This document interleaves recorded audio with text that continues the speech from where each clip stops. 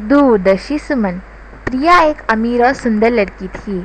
उसके पास पहनने के लिए ढेर सारे सुंदर कपड़े थे, लेकिन उसका मन किसी भी कपड़े से बहुत जल्दी भर जाता था। 2-4 बार पहनकर ही वह अपने सुंदर सुंदर कपड़े भी फेंक देती थी। उसको किसी भी चीज़ की कीमत का एहसास नहीं था। खाना भी वह आधा खाती और आधा मेज़ पर ही छोड़ देती थी। उसके घर में एक नौकरानी थी, सुमन। सुमन एक बहुत ही समझदार लड़की थी। वह पूरा दिन प्रिया का सामान संभाल कर रखती रहती थी। जो खाना प्रिया मेज पर छोड़ देती थी, उसमें से कुछ वह खा लेती और कुछ गरीब बच्चों को दे देती थी। जो कपड़े प्रिया फेंक देती थी, उन्हें सुमन अपने लिए रख लेती थी। उनसे वह अपने लिए अच्छी अच्छी पोशाकें सी लेती थी। एक दिन प्रिया से मिलने एक युवक आया।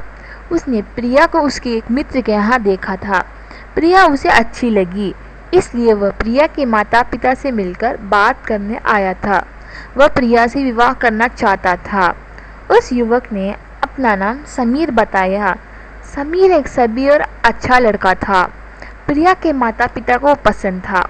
उन्होंने समीर को आदर से बिठाया और सुमन से चाय लाने को कहा। सुमन जब चाय लेकर आई तो उसने एक बहुत ही सुंदर पोशाक पहनी हुई थी। यह पोशाक उसने प्रिया के पुरानी पोशाकों से बनाई थी। उस पोशाक में सुमन बहुत ही अच्छी लग रही थी। प्रिया ने जब सुमन को देखा तो समीर से बोली, ये हमारी नौकरानी है सुमन। मेरे पुराने कपड़ों को पहनकर अपने आप को बहुत सुंदर समझ रही है। समीर ने देखा कि सुमन की पोशाक कहीं से भी पुरानी नहीं लग रही है। उसने प्रिया से पूछा, तुम ऐसा क्यों कह रही हो? ये पोशाक तो एकदम नई है। तब प्रिया ने उसे बताया कि उसका मन जब किसी भी कपड़े से भर जाता है तो वह उसे फेंक देती है। सुमन बस वही पुराने कपड़ों को पहनती है।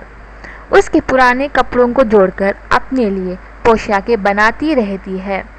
कभी कभी तो मेरा झूठा खाना तक बाहर के गंदे बच्चों को खिला देती है। बेचारी के पास नए चीज़ों के लिए पैसे नहीं है। समीर ने महसूस किया कि सुमन एक बहुत ही समझदार और दूरदर्शी चाहर की लड़की है, जबकि प्रिया एकदम बिगड़ी हुई और खर्चीली है। उसने प्रिया के माता पिता से कहा, आपकी बेटी बहुत सुंदर है, लेकिन घर संभालने के लिए जो गुण होने चाहिए वह उसमें नहीं है। सुमन में ये सभी गुण है, इसलिए मैं प्रिया से नहीं बल्कि सुमन से विवाह करना चाहता हूँ। प्रिया के माता पिता का दुख तो हुआ, लेकिन वह सुमन के लिए खुश थे। वह जानते थे कि सुमन कितनी अच्छी है। प्रिया को ये बात इतनी बुरी लगी कि तब से अपने आप को पूरी तरह बदल डाला। कुछ दिनों के बाद समीर फिर प्रिया के घर आया। सुमन ने उसे बताया कि प्रिया बदल गई है। समीर ने प्रिया से कहा, प्रिया, मैं तो सचमुच सिर्फ तुम्हें पसंद करता हूँ।